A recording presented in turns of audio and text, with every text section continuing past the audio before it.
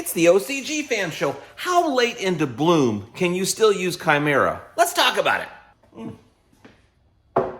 Hey there, Bob from Oregon's Constant Gardener. Welcome to the OCG Fam Show. To you, my YouTube buddies, what's going on? How's everybody doing out there? Let me know in the comments down below, and we'll talk about it after the show right now. Let's just get into the show. So, we've been doing stuff about the cuttings and all that stuff, mother plants, clones.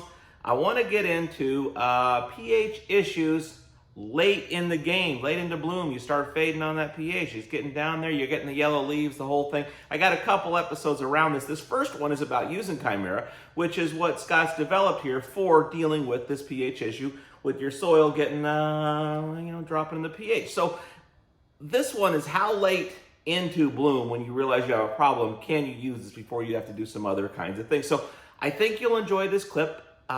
Please watch it, and I'll talk to you after. Larry Terhar, how late into flower can you use Chimera? So you're only using this one time, am I correct? Well, hopefully. Yeah. Hopefully just one time. Some water sources, some peat sources, some product sources, you may need 2 applications. Okay. If you didn't add enough at the very beginning.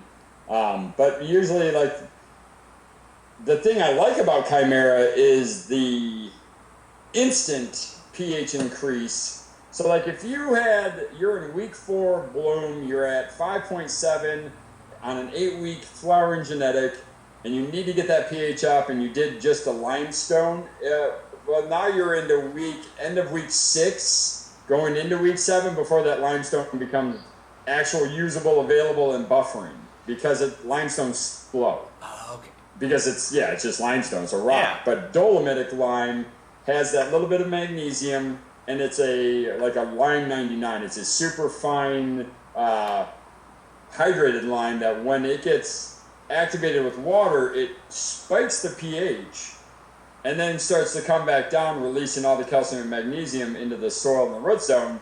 So the Chimera blend has just a little bit of dolomitic lime in it, just enough for if you're in week 4, you could add it to a 5-7 soil. It'll get you up to 6-7 that day. And then as it waters through, then the limestone activates and then maintains it the rest of the way. Now the key would be, instead of doing 1 cup per 10 gallons as a corrective going into bloom, you could probably dwindle that down to maybe an ounce per 10 gallons of soil. Because you're so late into flowering, you don't want to waste the product by putting too much down. And adding a full cup to the 10 gallons might take you from your 6 to 7, putting you out of range for a day or 2 on the other end, to just bring it back down for the last 2 weeks of flowering. So if you're mid-flowering, that'd probably be the last I would use the Chimera. Outside, if I only had 2 weeks left, I'd be doing the carbonated water trick.